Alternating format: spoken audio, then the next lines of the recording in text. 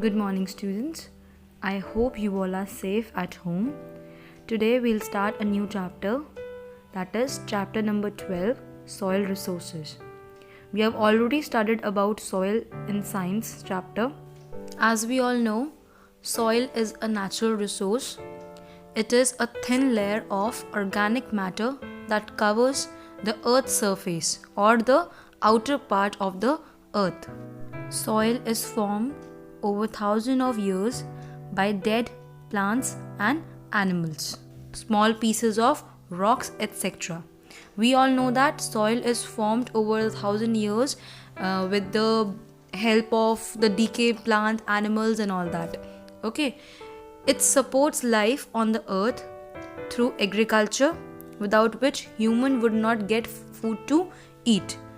We are able to do agriculture due to the soil. If soil is fertile, then only we can do agriculture, and if agriculture is possible, then only we can get food to eat. Right? Now let's come to types of the soil in India. Mainly there are 4 types of soil. Okay, first we have alluvial soil, second red soil, third laterite soil, fourth regur soil or black soil. Right? Apart from these types of soil, we also have mountain soil and desert soil, which are found in the hilly areas or the desert region. Right? Most soil are made from the combination of 3 basic components. We all know that soil is made up of 3 basic components, that is sand, silt and clay. Okay? We have already studied this in science chapter. Let's talk about alluvial soil in detail.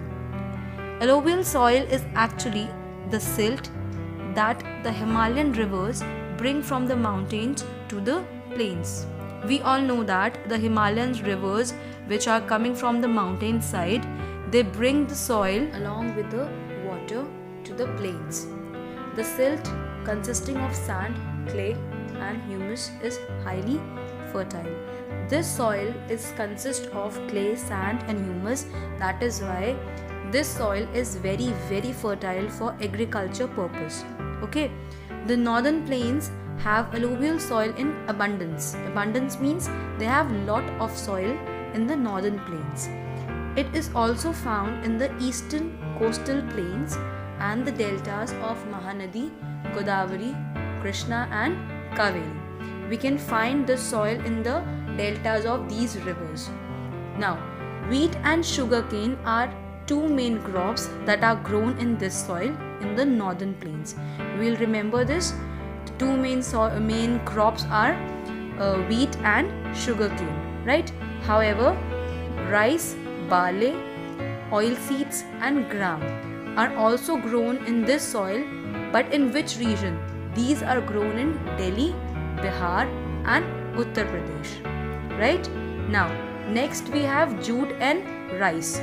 These are also cultivated in this soil, but in the region of West Bengal and Assam.